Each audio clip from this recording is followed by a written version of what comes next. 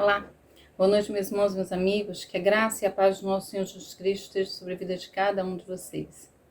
Meu nome é Marli Moura, eu sou missionária da Igreja Batista Novo Horizonte Natal, RN, e estou aqui com você mais uma vez para meditar acerca da Palavra de Deus. Hoje, quando eu acordei pela manhã, eu acordei me lembrando de uma canção, Atualidades, de Cassiane, né? Pelo menos eu conheci na voz dela. E a letra, né, dessa canção diz assim: olho em volta e vejo mil tristezas e desilusões, carência de amor nos corações, o ódio impera na face da terra. Vejo a fome em toda parte, guerras sem final.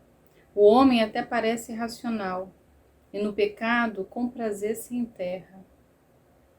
Porém, a Bíblia diz: está escrito, dito por Jesus, que essas coisas iam se cumprir, para o seu povo não se assustar. Isto seria a prova da chegada do final. E isto nos alerta que, afinal, Jesus está bem perto de voltar. Jesus está bem perto de voltar. E aí a canção continua falando, né? E eu me lembrei disso hoje de manhã da canção. Talvez aí por causa da guerra, né, que estourou aí na Ucrânia, né, a Rússia contra a Ucrânia. Talvez por todas as coisas que nós temos vivido nesses últimos anos. Mas o fato é que nós não podemos nos esquecer que breve Jesus vai voltar. A igreja não pode esquecer disso. A igreja deve estar alerta, vigilante. Essa é a palavra de ordem. Permaneça vigilante. E pensando nisso, eu gostaria de ler com vocês, né, nesta noite, Marcos, né, capítulo 13 de Marcos. Acompanha comigo a leitura desse texto que nos diz assim: ao sair Jesus do templo, disse-lhe um dos seus discípulos: mestre, que pedras, que construções! Mas Jesus lhe disse: vês estas grandes construções? Não ficará pedra sobre pedra que não seja derribada. No Monte das Oliveiras, defronte ao templo, achava-se Jesus assentado quando Pedro, Tiago, João e André lhe perguntaram em particular: dize-nos, quando sucederão estas coisas? E que sinal haverá quando todas elas estiverem para cumprir-se? Então Jesus passou a dizer-lhes: vede que ninguém vos engane. Muitos virão em meu nome, dizendo: sou eu, e enganarão a muitos. Quando, porém, ouvirdes falar de guerras e rumores de guerras, não vos assusteis. É necessário assim acontecer, mas ainda não é o fim. Porque se levantará nação contra nação e reino contra reino. Haverá terremotos em vários lugares e também fomes. Estas coisas são o princípio das dores. Estai vós de sobreaviso, porque vos entregarão aos tribunais e às sinagogas. Sereis açoitados e vos farão comparecer à presença de governadores e reis, por minha causa, para lhes servir de testemunho. Mas é necessário que, primeiro, o evangelho seja pregado a todas as nações. Quando, pois, vos levarem e vos entregarem, não vos preocupeis com o que haveis de dizer, mas o que vos for concedido naquela hora, isso falai. Porque não sois vós os que falais, mas o Espírito Santo. Um irmão entregará à morte outro irmão, e o pai ao filho. Filhos haverá que se levantarão contra os seus progenitores e os matarão. Sereis odiados de todos por causa do meu nome. Aquele, porém, que perseverar até o fim, esse será salvo. Quando, pois, virdes o abominável da desolação, situado onde não deve estar. Quem lhe entenda. Então os que estiverem na Judéia, fujam para os montes. Quem estiver em cima, no eirado, não desça, nem entre para tirar coisa alguma. Quem estiver no campo, não volte atrás para buscar a sua capa. Ai das que estiverem grávidas e das que amamentam naqueles dias. Orai, que isso não suceda no inverno, porque aqueles dias serão de tamanha tribulação, como nunca houve desde o princípio do mundo, que Deus criou até agora e nunca jamais haverá. Não tivesse o Senhor abreviado aqueles dias e ninguém se salvaria, mas por causa dos eleitos, que ele escolheu, abreviou tais dias. Então, se alguém vos disser, eis aqui o Cristo, ou eiro ali, não acrediteis, pois surgirão falsos cristos e falsos profetas, operando sinais e prodígios para enganar, se possível, os próprios escolhidos. Estai vós de sobreaviso, tudo vos tenho predito.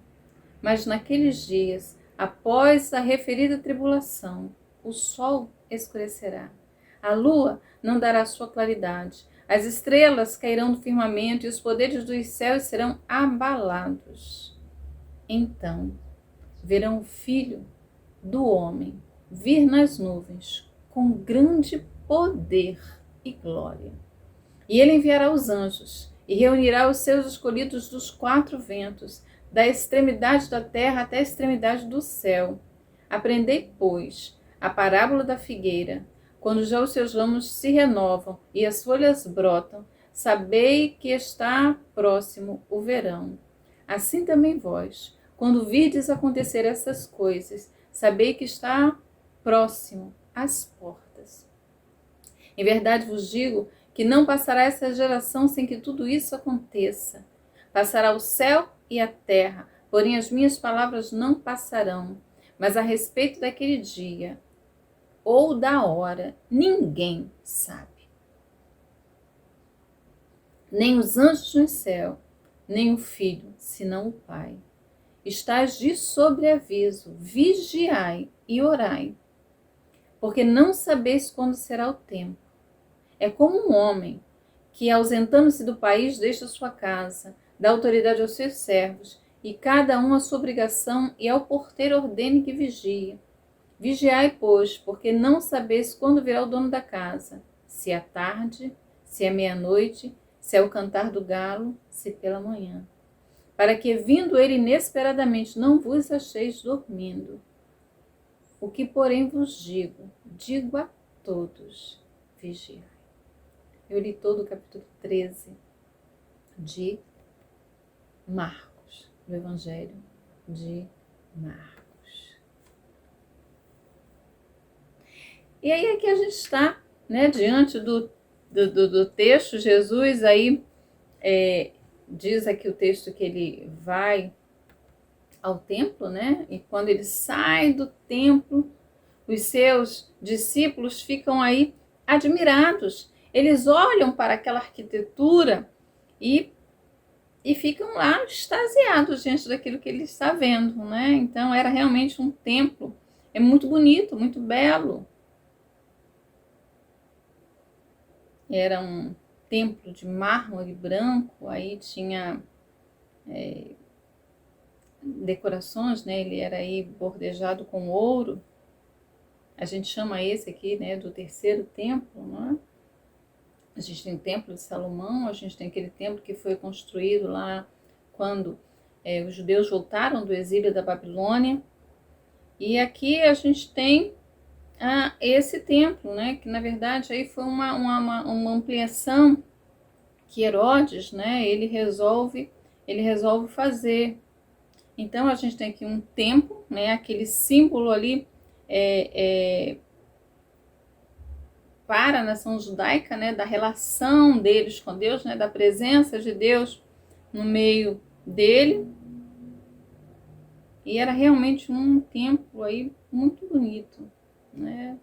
Herodes intentou fazer isso aí, levou vários anos, né, para a sua construção.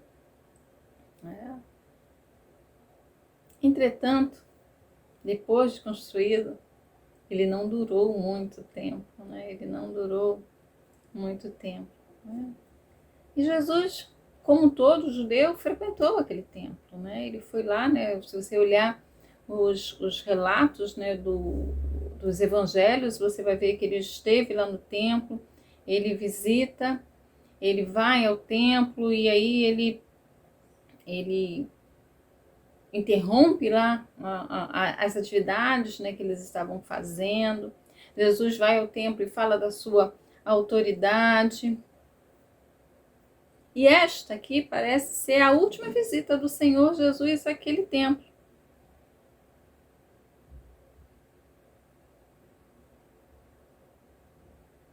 Esse templo tinha aí toda uma simbologia para aquela sociedade.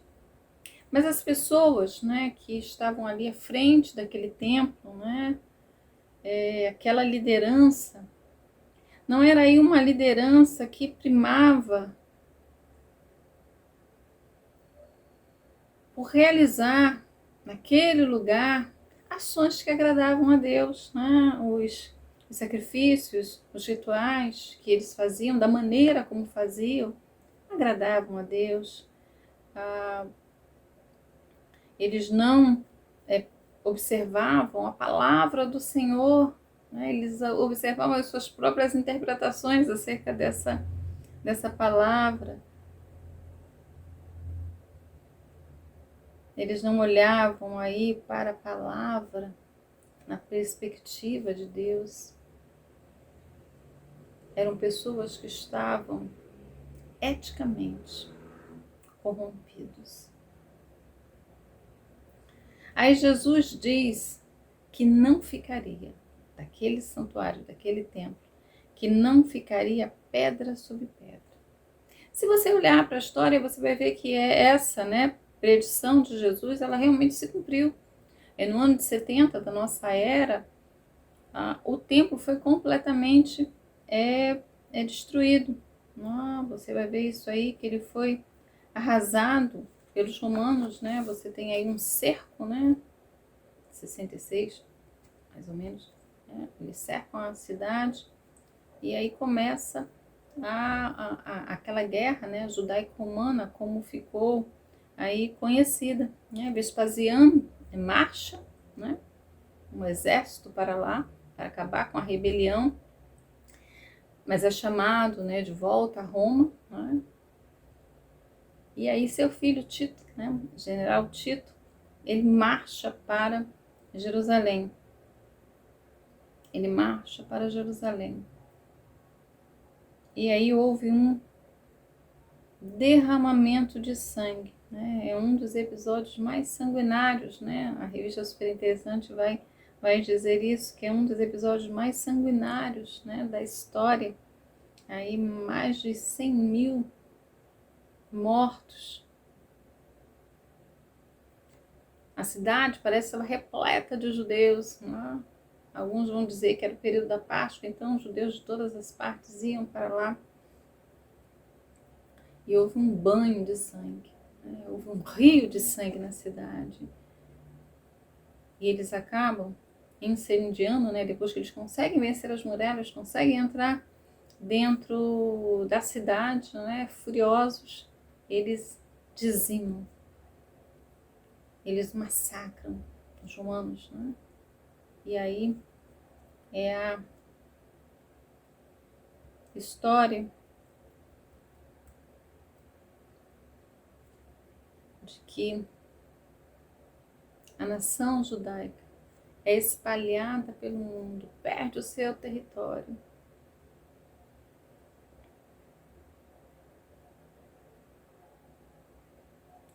A predição de Jesus de que não ficaria pedra sobre pedra.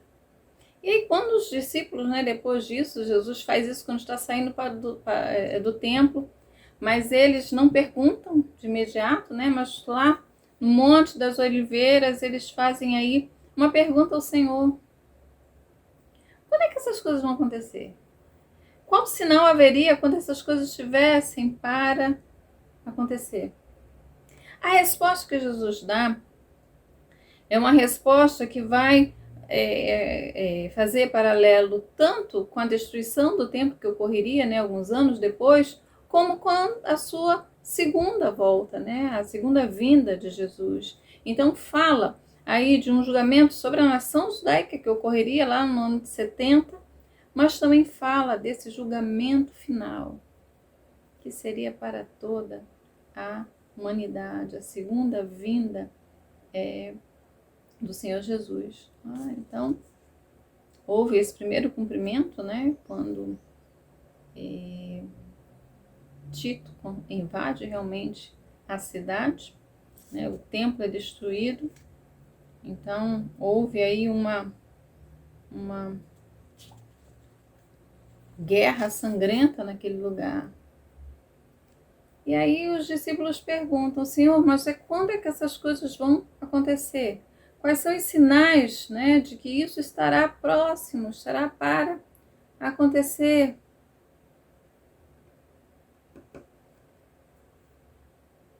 Jesus vai falar algumas coisas para eles acerca desse tempo. Não é? Jesus vai dizer para eles: olha, muitos virão em meu nome. Tenham em mente isso. Mas não permitam, em hipótese alguma, não permitam que vocês sejam enganados, né? Ele vai dizer algumas coisas, né? Ele vai dizer aí que haverá falar de guerras, rumores de guerras.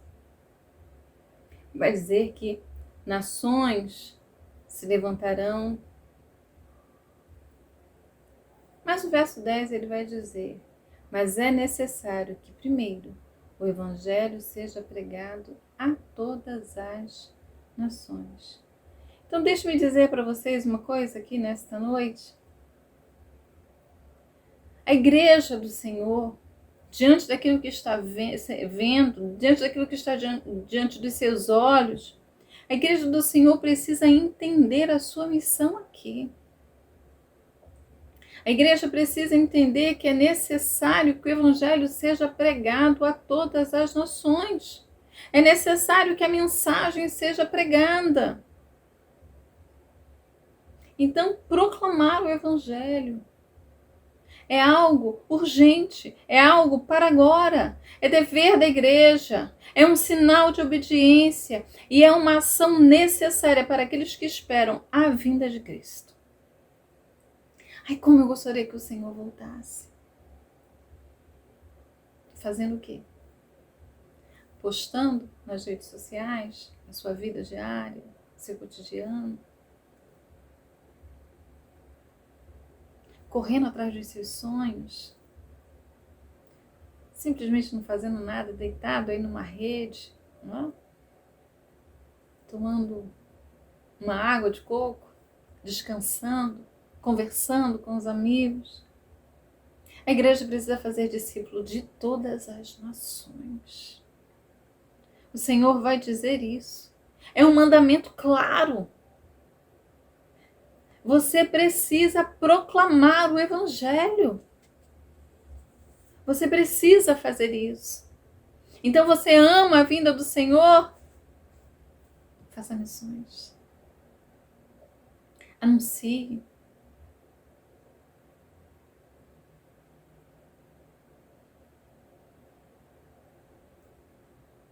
Anuncie. Pregue o evangelho. Bom, mas o texto vai dizer aí que haverá guerras e rumores de guerras. Você ouviu isso, né? O texto é claro quando ele está dizendo isso.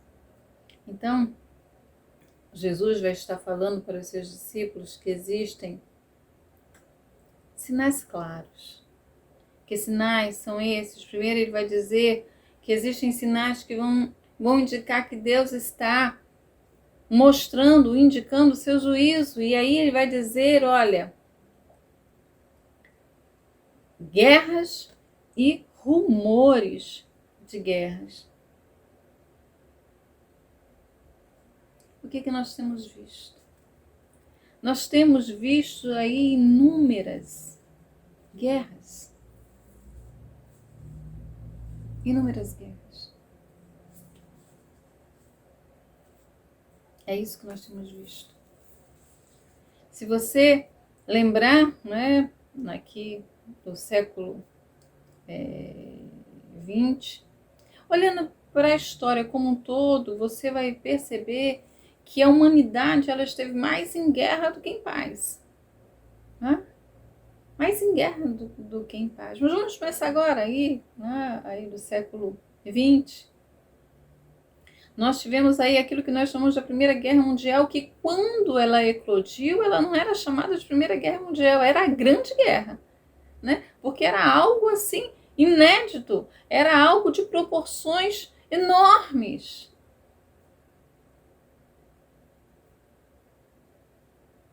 Mais de 30 milhões de pessoas morreram, foram massacradas, foram dizimadas.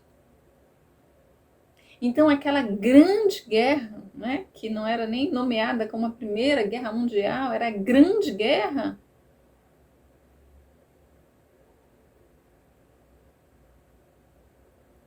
Vinte anos depois, nós tivemos aí, né, um pouco mais de 20 anos depois, nós tivemos aí a Segunda Guerra Mundial, que matou o dobro do que da Primeira. E aí nós tivemos aí uma tragédia na humanidade.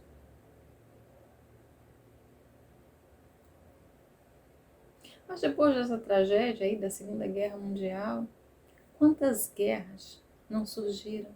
Quantas perseguições não foram vistas? O continente africano, aquelas guerras lá tribais, a Ásia, a Europa, as guerras religiosas. Nós estamos vendo aí inúmeras guerras. Parece que foi ontem que você tinha aí os refugiados da Síria. Agora os refugiados da Ucrânia. Pessoas saindo do seu país para tentar viver, para não morrer. Famílias sendo separadas.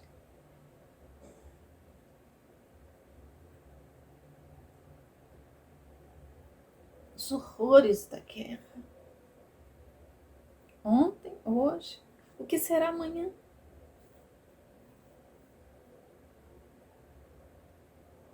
Precisamos pedir misericórdia ao Senhor. Precisamos pedir misericórdia ao Senhor. Ele vai dizer, olha, haverá terremotos em vários lugares. Aqueles terremotos, né, de acordo aí com a escala Richter, né, tremendos. O mundo tem contemplado inúmeros terremotos. Parece que o mundo está sendo sacudido, a terra está sendo abalada. Maremotos, tufões, tsunamis. Você vê aí furacões destruindo cidades. A terra está sendo sacudida. A terra está sendo sacudida. Terremotos e fomes.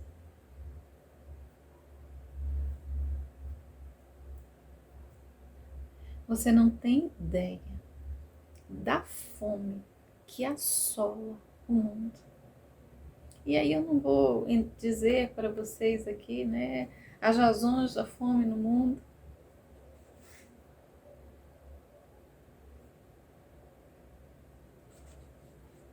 Mas o mundo está morrendo de fome. Para a gente aqui é distante, né? Você pensa, eu estou com muita fome, né? Muita fome porque você tomou o café e ainda não almoçou, porque aconteceu alguma coisa e você passou o dia aí e não teve como se alimentar. Mas nós não sabemos o que é fome. Aqui onde nós moramos, talvez, né? No sertão, na seca, talvez as pessoas tenham uma ideia ainda do que é fome. Mas nós não temos ideia da fome que a África passa. Daqueles lugares em que a comida é disputada com animais.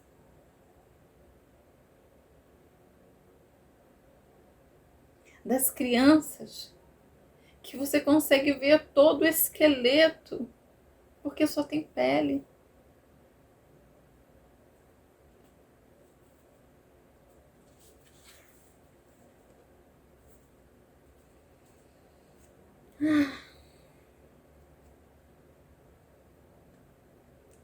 Jesus vai dizer, olha,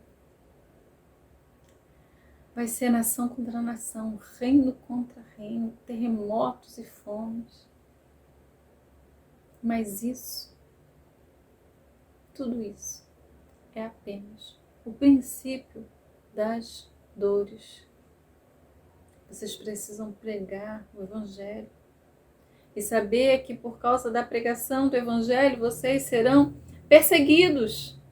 Haverá perseguição, e uma perseguição religiosa, porque vocês estão proclamando o nome do Senhor.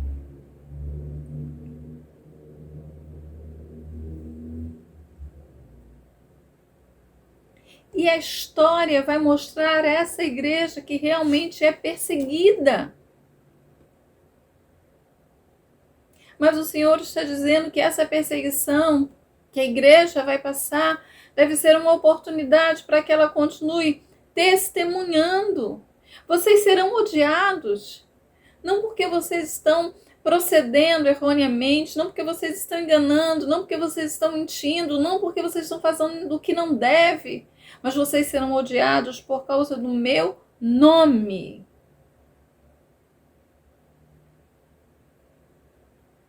Vocês serão odiados por causa do meu nome, porque me seguem, porque me perseguiram, perseguirão vocês também.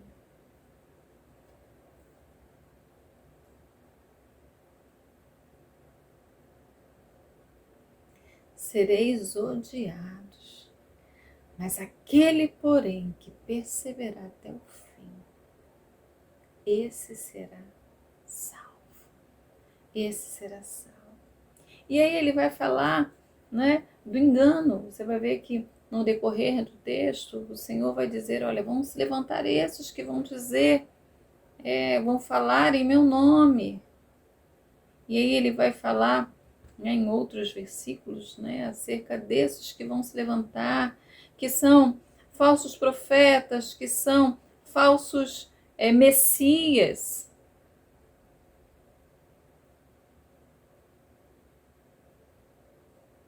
São falsos crentes.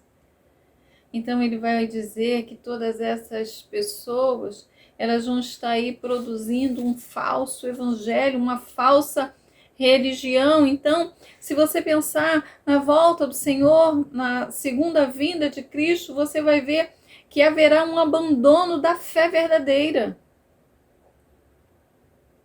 O que vai estar em alta vai ser o engano, vai ser a mentira. Serão seitas, serão novas igrejas, novas doutrinas.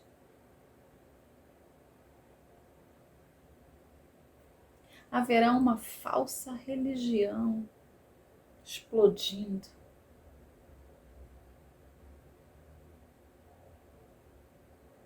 Onde o púlpito não será lugar de sacrifício, mas de promoção,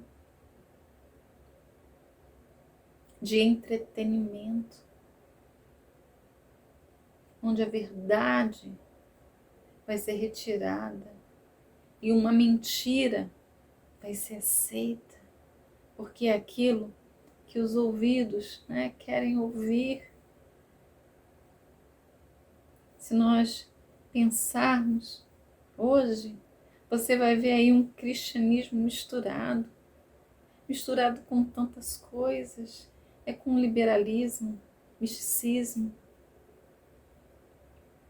é um sincretismo religioso que você não sabe nem distinguir o que você está ouvindo e vendo.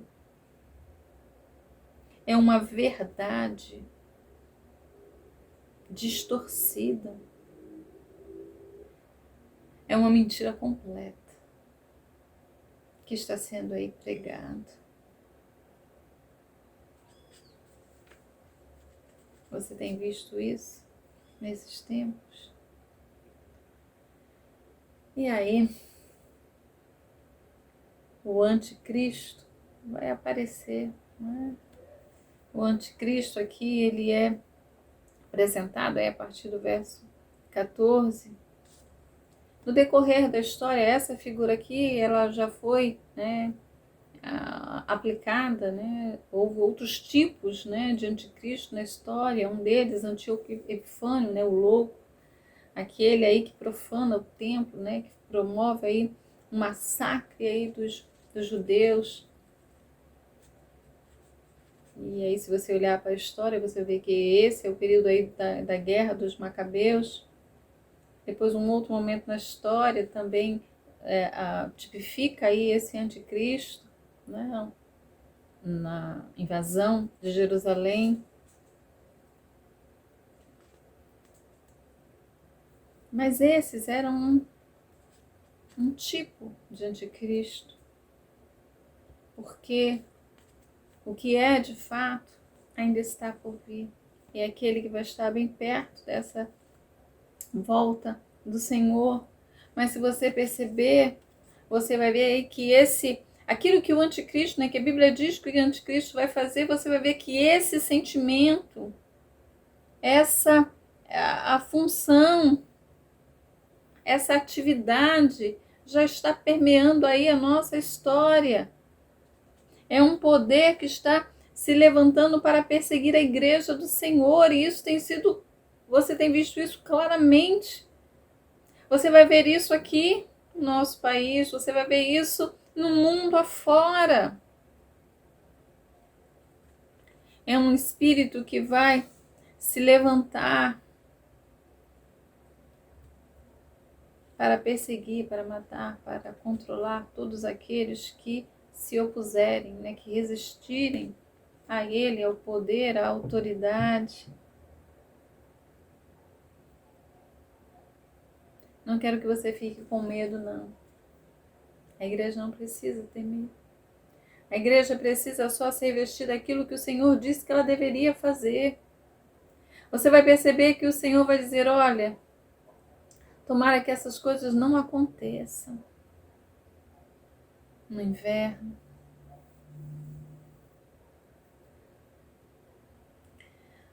Quem estiver fora da cidade, não entre, fuja, corra. O Senhor vai se lamentar, né, das que estiverem grávidas nesse tempo, das que estiverem amamentando, porque serão tempos difíceis.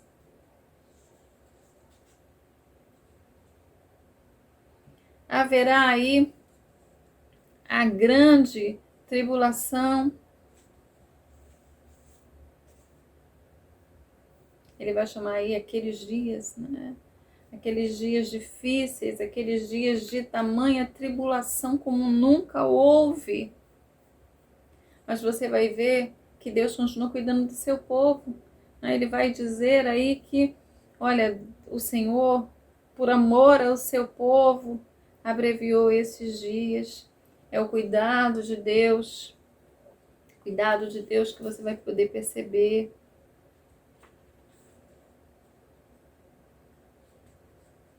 Algumas pessoas vão se levantar, vão tentar seduzir, vão tentar enganar. Não se deixem ser enganados, permaneçam firmes naquilo que vocês têm aprendido. E aí, depois de todas essas coisas, então o Senhor virá. Ele vai descrever isso, como vai acontecer. Você vai ver, olha, o sol vai escurecer, a lua não dará a sua claridade, então você vai ver reações aí cósmicas que vão preceder a volta do Senhor. Você vai ver aí que a volta de Jesus será algo visível, será algo que todas as pessoas vão ver. Então verão o Filho do Homem vir nas nuvens com poder e glória. Essa volta será uma volta gloriosa.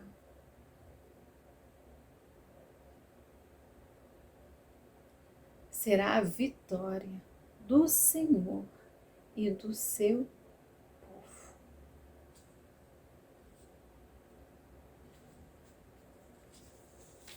Diz o verso 27, que ele enviará os anjos e reunirá os seus escolhidos dos 4 ventos, das extremidades da terra até as extremidades do céu. Ninguém ficará de fora, nenhum dos seus escolhidos, nenhum dos que amam a sua volta.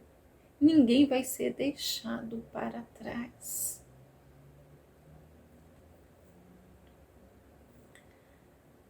Quando isso vai acontecer, ele disse, olha, ninguém sabe a data. Se você olhar aí, o verso 32, ele vai dizer, mas a respeito daquele dia ou da hora, ninguém sabe, nem os anjos nos céus, nem o Filho, senão o Pai. Senão o Pai. Então ninguém sabe o dia. Vai ser um momento em que as pessoas não vão estar pensando nisso.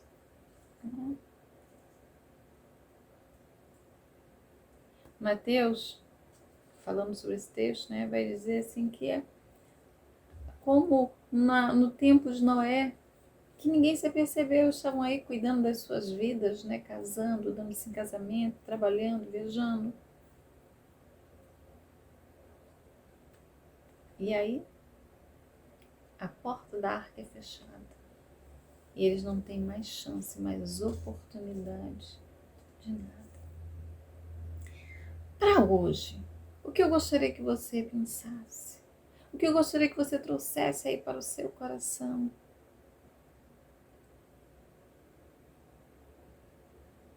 O Senhor vai voltar.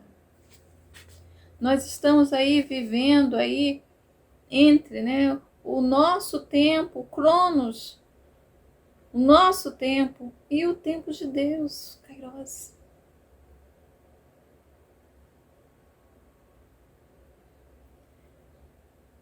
O Senhor está perto de voltar. O tempo de Deus já está determinado. Eu não sei nesse tempo quanto tempo do nosso Cronos, quanto tempo vai ser isso. Mas é certo que virá e não tardará. Então o que você precisa fazer? O que você precisa ter em mente? O que você precisa ter no seu coração? Você precisa vigiar. Você precisa estar em constante vigilância. É isso que o Senhor disse. É essa palavra que Ele deixou. Vocês vão olhar para os tempos, vocês vão ver os sinais. Mas mais do que isso, vocês precisam estar alerta.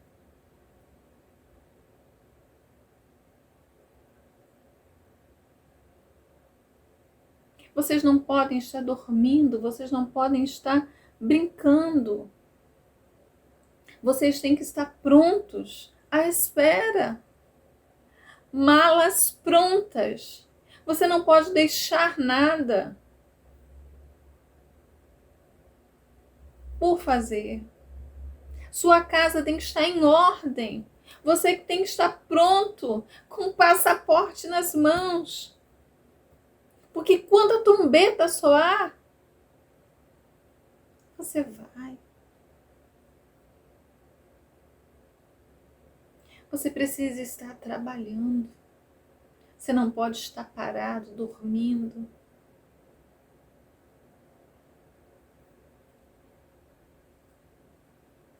Se deixando entreter com as coisas deste mundo.